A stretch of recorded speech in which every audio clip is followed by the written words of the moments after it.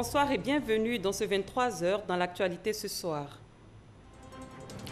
Le président de la République, Alassane Ouattara, a reçu aujourd'hui le président de l'Assemblée nationale de France au centre des échanges, la coopération sécuritaire entre Paris et Yamoussoukro. Un séminaire gouvernemental s'est ouvert ce lundi en présence du Premier ministre Amadou Gon Coulibaly. La rencontre a porté sur la communication. Elle visait à mieux faire connaître les actions du gouvernement auprès des populations. Ce lundi a été décrété journée ville morte à Conakry par l'opposition guinéenne. Celle-ci conteste les résultats des élections communales qui donnent la victoire au parti au pouvoir et exige un nouveau scrutin. Merci de suivre cette édition. Rendons-nous tout d'abord au palais de la présidence de la République où le chef de l'État Alassane Ouattara s'est entretenu avec le président de l'Assemblée nationale de France. La coopération sécuritaire entre Paris et Yamoussoukro était au cœur des discussions. Jérôme Kofi Aboulé. Le président du Parlement français ce lundi devant le président de la République de Côte d'Ivoire. Un moment mis à profit par les deux personnalités pour échanger longuement sur les relations bilatérales. Selon le président de l'Assemblée nationale de la France, un accent particulier a été mis sur le volet sécuritaire. Nos deux pays ont des relations bien sûr anciennes, mais je crois que depuis quelques années, grâce au président Ouattara, à son action à la tête de la Côte d'Ivoire et aux échanges que nous avons dans de nombreux domaines, notamment dans le domaine de la sécurité, qui est très important pour nous, eh bien, ces échanges sont très fructueux entre la France et la Côte d'Ivoire et ils contribuent aux intérêts mutuels de la France, de l'Union européenne, je crois, on peut le dire, au-delà, et de la Côte d'Ivoire, et là aussi au-delà pour toute la région ici ouest-africaine. Pour le président de l'Assemblée nationale de la France, c'est un grand honneur d'être reçu par le chef de l'État ivoirien, Alassane Ouattara, au palais présidentiel, sans tenir compte du caractère privé de son séjour en Côte d'Ivoire, ce qui lui fait dire que cette rencontre constitue à ses yeux une occasion d'apporter sa modeste contribution au renforcement des relations historiques entre les deux pays. Le département de Taï, dans la région du Cavali, a abrité une cérémonie hommage au chef de l'État pour ses nombreuses actions de développement. C'était samedi dernier en présence du vice-président Daniel Kablan-Duncan, F. Bouy. Place des cérémonies de Taï, du monde, du beau monde. Les populations dans toute leur diversité sont venues de toutes les contrées du département. Sous l'impulsion du député maire Désiré Nyokonté, elles rendent hommage au président Alassane Ouattara pour son dévouement, son engagement sans faille pour le développement économique et social de toute la Côte d'Ivoire en général et en particulier de Taï. Il a plu à Monsieur le Président de la République d'ériger le 22 mars 2013 Taï en chef-lieu du département. Oui, deux collèges de possibilités sont en construction à Zagné et à Kéibi. Oui, un centre de santé intégré a été construit à Taï. Oui, un programme de réintegration de nos villages a démarré et va couvrir 80% de nos villages. Oui, les études pour le développement du pont du Zo à Guido et le pont du Zel sont en cours. Oui, les études pour le bitumage de la route du Taï-Tabou sont en cours. Le vice-président, parrain de cette cérémonie, salue la mobilisation des fils et filles de Taï pour cet hommage mérité.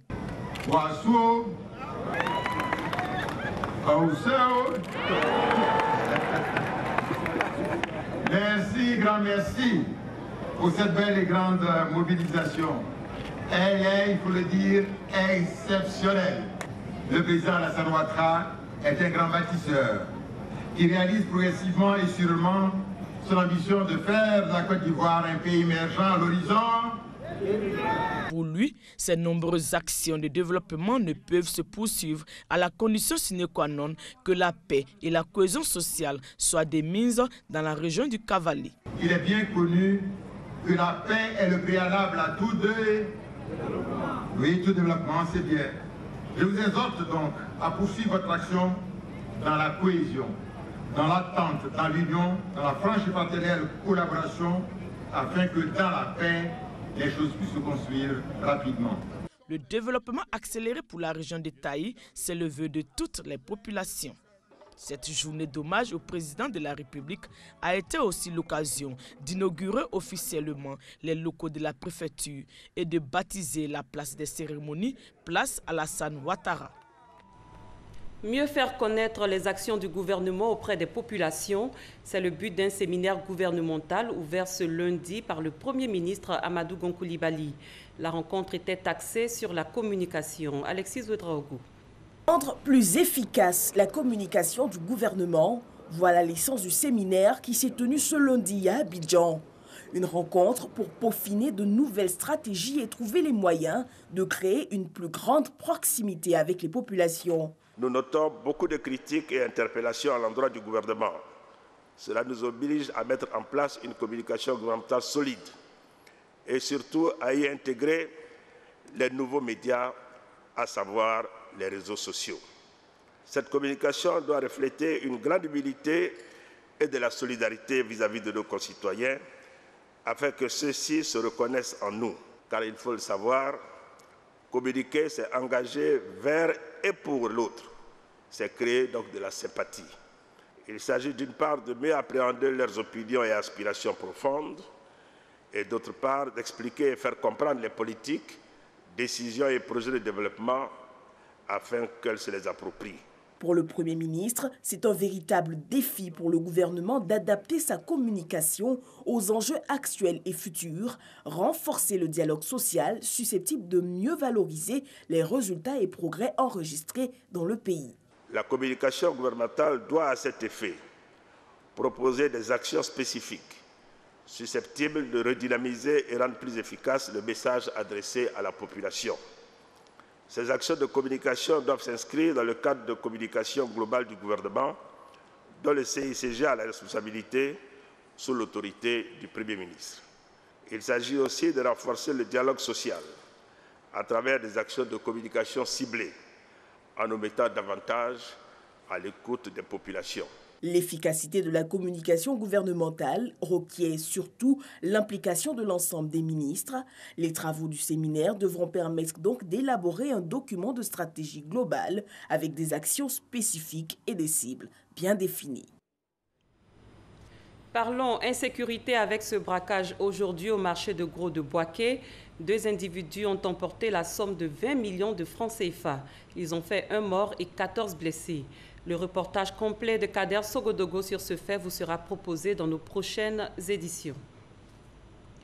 Cela fait 5 ans que la Côte d'Ivoire et la France se sont engagés à répondre aux besoins primaires des populations dans divers secteurs. Un engagement qui s'inscrit dans le cadre du contrat de désendettement et de développement C2D. 83% de projets ont été réalisés à ce jour dans ces secteurs d'activité. L'information a été donnée aujourd'hui par le président du comité technique bilatéral représentant le Premier ministre lors de la revue sectorielle 2017 des projets du C2D. Francis Boifou.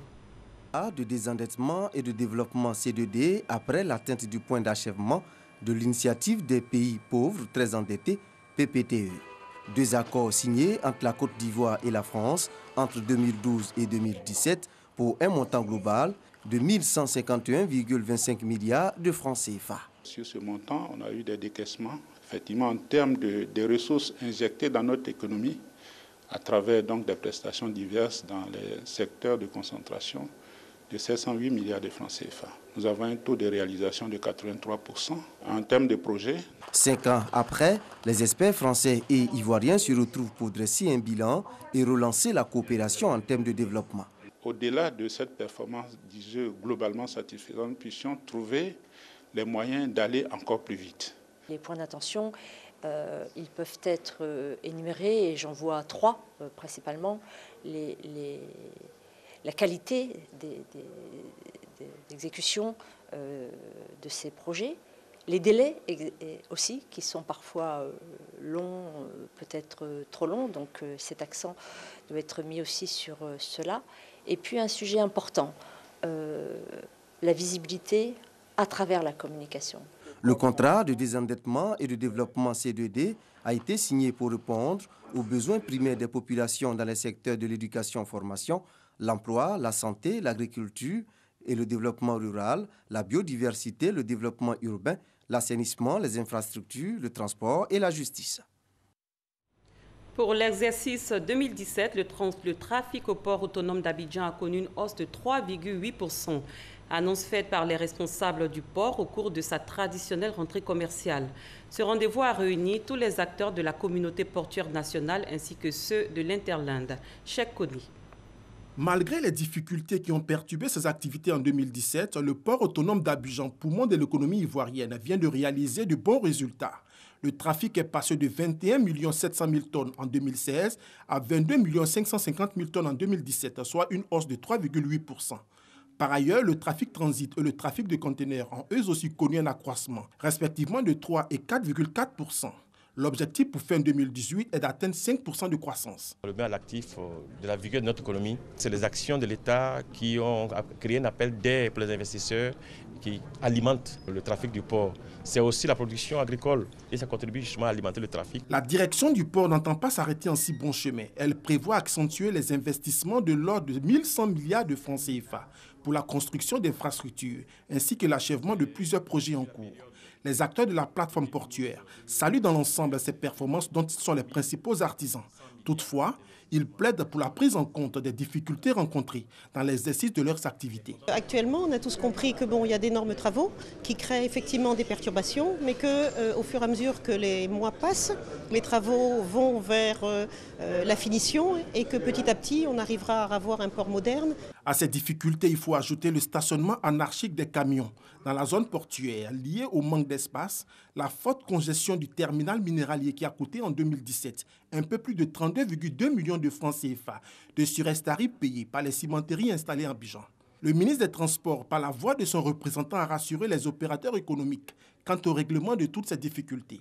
Des solutions ont été amorcées, dont la plus marquante reste la construction d'un parking sur l'autoroute du Nord au PK24 pour décongestionner la zone portuaire. Principal port océan des pays de l'Interland que sont le Mali, le Burkina Faso et le Niger, le port d'Abidjan traite annuellement un trafic de plus de 2 millions de tonnes de marchandises.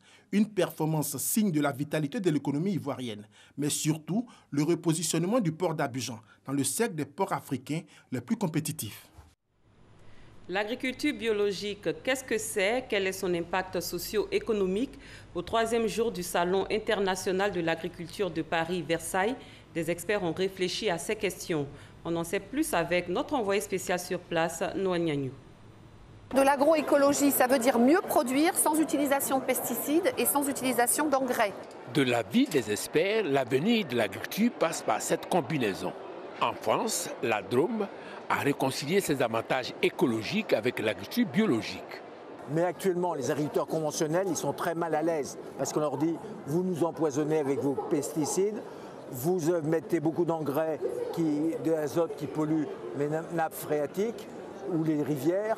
Et donc, c'est une manière de donner la perspective aux agriculteurs et paysans pour construire l'avenir en ayant une meilleure alimentation et en tenant en compte de toute la richesse de nature. Il faut aller au-delà de la Drôme et préparer les générations futures à la découverte de l'agriculture bio.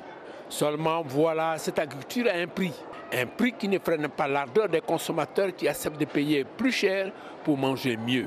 Le bio demande beaucoup plus de travail, donc il revient plus cher. Mais en France, la mentalité elle revient à manger des produits sains et de proximité et de saison.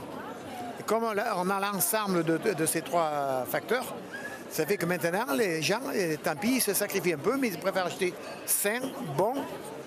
En 2017, le marché bio français s'est porté à 8 milliards d'euros, en hausse de 11,9% par rapport à 2016. Parallèlement, les parcelles consacrées à l'agriculture biologique a fait un bond de 15%. Pour Dr Sangaré Abdourahmane, directeur général adjoint du CNRA, Centre national de recherche agronomie de Côte d'Ivoire, c'est un retour aux sources de la pratique agricole africaine. Problème, cette agriculture risque de faire long feu devant les exigences de l'heure. L'agriculture biologique est une pratique traditionnelle. C'est comme ça qu'on avait l'habitude de faire. Mais le problème, c'est le niveau de production, la productivité de cette agriculture. Devant un monde où la population va grandissante, il est difficile de faire face à ces défis, surtout pour nous qui avons le défi de nourrir une grande population. D'où la question, est-ce que l'agriculture bio permettra-t-elle de prendre la main sur l'avenir? Le PGDEC, Programme Emploi Jeunes et Développement des compétences financé par la Banque mondiale, a permis à la mairie de Toumoudi d'insérer 150 jeunes diplômés ou non. 200 autres apprennent divers métiers. Cette deuxième vague d'apprenants et leurs maîtres artisans ont reçu des kits vendredi dernier. Une remise doublée du lancement du PGDEC Ageroute, un autre projet de formation au métier de la voirie. Léon Brou. Maître artisan, Pascal apprend la ferronnerie à 8 apprentis, dont 2 placés par la mairie de Toumoudi via le programme Emploi Jeunes et Développement des compétences PGDEC. Comme ici, dans cet atelier de mécanique auto, maîtres et apprentis sont confrontés au manque d'outils de travail. On a seulement un seul moteur. Bon, ça fait que nous qui sommes venus au dernier moment, on a du mal à toucher aussi les moteurs. Bon, on est obligé d'attendre que les autres ne soient pas là. Sur les pleins pour souder. Il y a d'autres véhicules qu'on reçoit, les boulons qui sont par exemple les boulons de culasse et autres, nous n'avons pas ces clés-là. Que la mairie ou bien le gouvernement nous aide pour les aider à apprendre plus encore. Message entendu. La mairie de Toumoudi, promoteur du PGDEC dans la commune, remet du matériel offert par le programme à ses bénéficiaires. Plus de 200 maîtres apprenants et apprenants en électricité auto, mécanique auto, peinture bâtiment, froid et climatisation, électronique, ferronnerie, bref, tous les corps de métier voient ainsi leur capacité renforcée. Comme je suis rassuré qu'il y a déjà un poste, ça nous permet aussi de connaître le travail. Les enfants eux-mêmes le plus souvent perdent beaucoup de matériel. Donc ce matériel dont nous venons d'avoir là, nous va droit au cœur. Et la mairie de Toumoudi croit bien, elle pour qui le PGDEC reste depuis 4 ans, la réponse à la question de l'emploi jeune. Il y a environ 120 jeunes dans la première phase et 90% se sont insérés. Qui salon de coiffure, qui couture, qui mécanique. C'est un projet novateur qui accompagne le jeune sur 3 ans en associant la mairie aux suivi-évaluations. Les bénéficiaires de ces kits de formation portent à environ 400 le nombre de jeunes de Toumoudi diplômés ou non en insertion grâce au PGDEC, programme dont la mairie de Toumoudi a également lancé la composante pour former au métier de construction et d'entretien de voirie avec l'Ageroute. En politique, la coalition Debout Sauvons la Côte d'Ivoire, constituée du Rassemblement pour la Côte d'Ivoire RPCI et d'autres partis de l'opposition étaient face à la presse. Le conférencier Bamba Mori-Ferré a fait un tour d'horizon de la situation sociopolitique du pays. Ahmed Traoré, Abou Sanougou. Durant les 2 heures qu'a duré la conférence de presse qu'il a animée, le professeur Bamba Mori-Ferré a fait un tour d'horizon de la situation sociopolitique en Côte d'Ivoire. Il a abordé des sujets sur l'économie, la vie des populations dans les différentes régions de la Côte d'Ivoire, sans langue de bois, et il s'est attardé sur le cas de la CEI, la Commission électorale indépendante, institution qui, selon lui, doit connaître un profond changement. Bamba Mori-Ferré appelle les partis de l'opposition à fédérer leurs énergies pour, selon lui, instaurer le changement.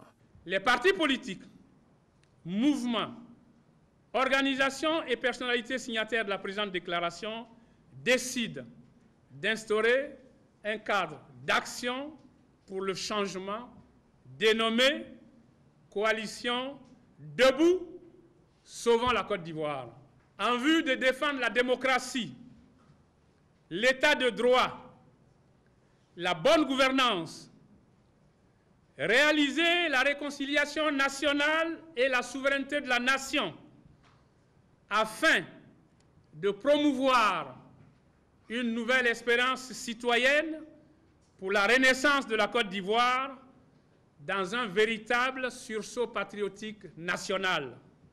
Le RPCI, le Rassemblement pour la Côte d'Ivoire et les autres partis et mouvements de la coalition Debout Sauvons la Côte d'Ivoire entendent parcourir les contrées du pays pour promouvoir leurs idéologies. Un mot d'environnement, une rencontre nationale d'identification des cibles des objectifs de développement durable pour la Côte d'Ivoire se tient ici à Abidjan.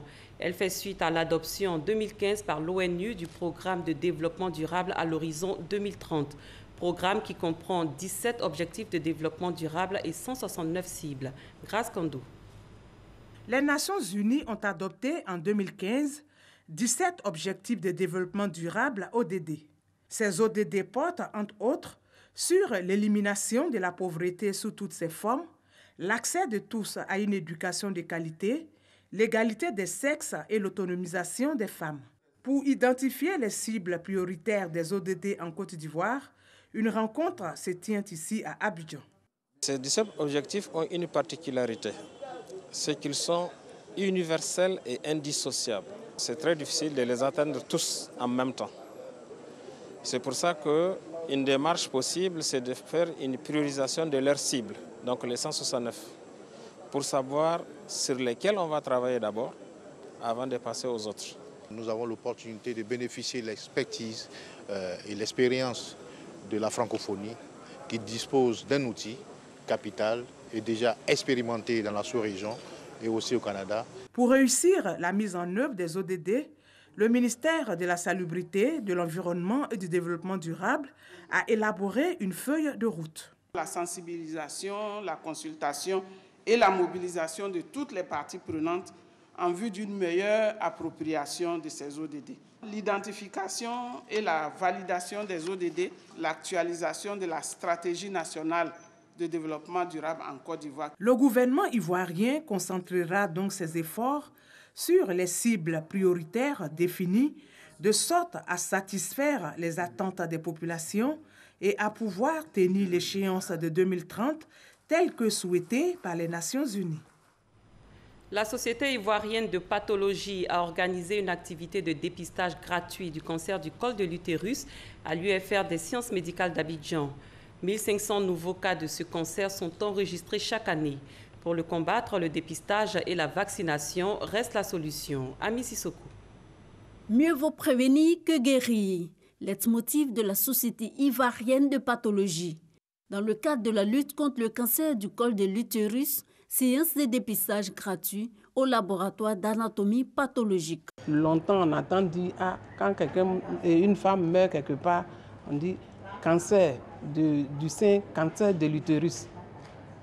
Donc, on sait que ça tue. Si l'occasion nous est présentée qu'on doit venir pour connaître notre statut, il faut qu'on se dépêche.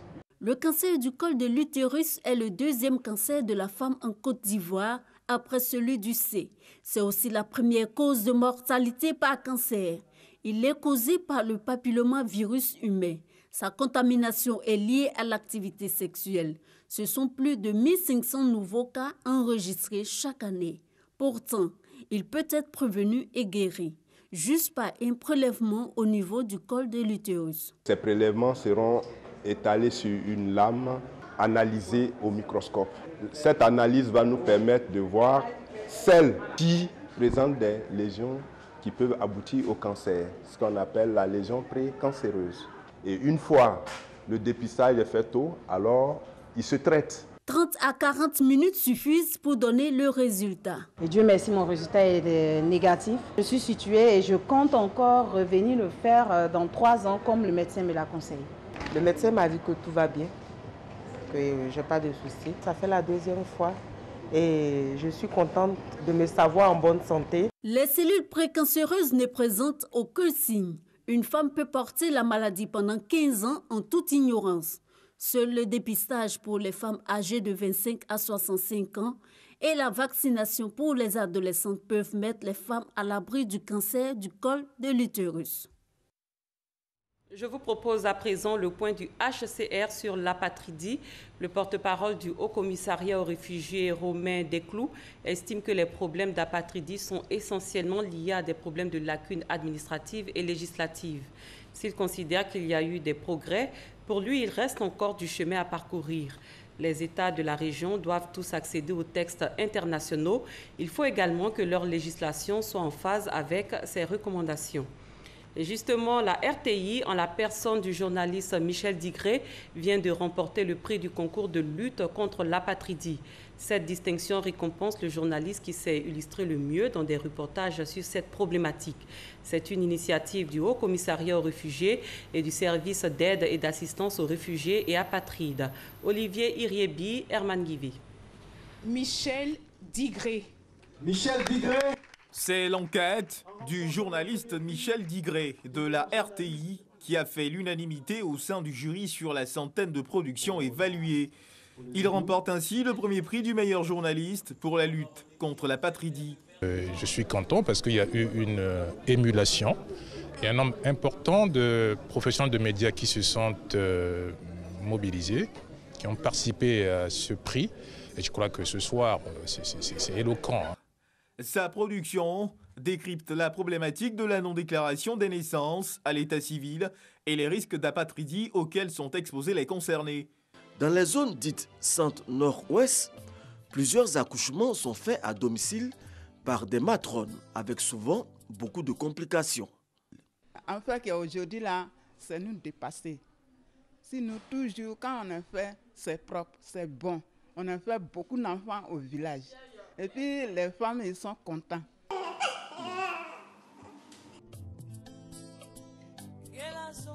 En recevant ce prix, on est fiers parce que cela voudrait dire que le travail qu'on a battu n'a pas été vain. C'est une production qui a nécessité 10 ans de tournage. Quand on a atteint ce niveau de production, ce qui nous anime, c'est beaucoup plus l'humilité. Parce que les téléspectateurs attendent beaucoup en termes de professionnalisme, en termes de qualité de production. Il faut se remettre à chaque fois en cause pour essayer de satisfaire les téléspectateurs. Ce trophée est le 6e d'affilée de Michel Digré, après les prix Ebony décrochés dans plusieurs catégories de 2013 à 2017. Le journaliste est par ailleurs chef du service politique et actualité internationale de RTI 1. L'actualité internationale en bref nous conduit au Tchad où les fonctionnaires grèvent depuis 5 semaines et au Soudan du Sud où l'ONU rappelle des policiers accusés d'exploitation sexuelle. Mais tout d'abord, partons pour la Guinée où l'opposition a décrété ce lundi une journée ville morte à Conakry, la capitale. Herman Guivé.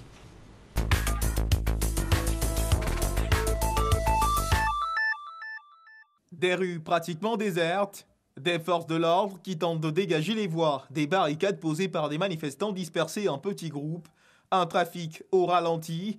Voici le visage que présentait la capitale guinéenne ce lundi à l'appel de l'opposition pour protester contre les résultats des élections locales du 4 février, publiés par la CENI. Conakry, ville morte, à l'appel des syndicats et de l'opposition. Au Tchad, les travailleurs du secteur public entrent dans une 5e semaine de grève, raison de ce mécontentement, protester contre les coupes de salaire dans le cadre des mesures d'austérité prises par le gouvernement. Des mesures qui touchent de plein fouet le portefeuille des familles. Au Soudan du Sud, la MINUS, la mission des Nations Unies déployée dans le pays, annonce avoir appelé à Juba une unité de policiers ghanéens travaillant dans un de ces camps de protection à Wau, dans l'ouest du pays. Certains d'entre eux sont accusés d'exploitation sexuelle. Fin de ce 23h. Merci de votre aimable attention. Très bonne fin de soirée. À demain pour une autre édition de 23h.